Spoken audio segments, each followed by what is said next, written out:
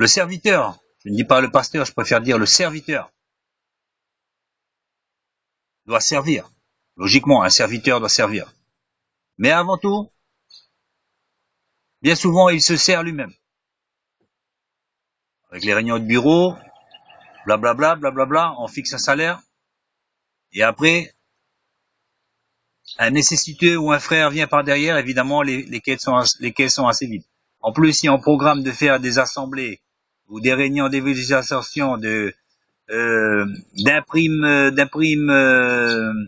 d'imprimer des tracts, etc.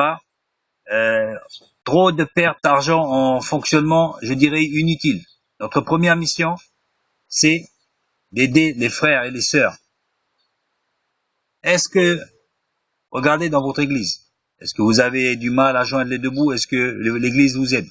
Est-ce que le pasteur vient quand vous avez des problèmes d'argent, vous venez pas au culte? Ou alors que vous venez ou vous venez pas, c'est la même chose? Posez-vous la question. Pourquoi aussi beaucoup de frères et sœurs qui se disent frères et sœurs vont à l'assistance sociale? Posez-vous la question. Toutes ces choses-là sont à recadrer. Du fait aussi de cette désunion, nous avons moins de poids pour l'entraide. Des petites églises, donc des petites structures, des petites finances, et de plus, pas mal de cet argent sert à financer des pasteurs qui, entre guillemets, devraient, pour la plupart, aller travailler, ne serait-ce qu'à mi-temps.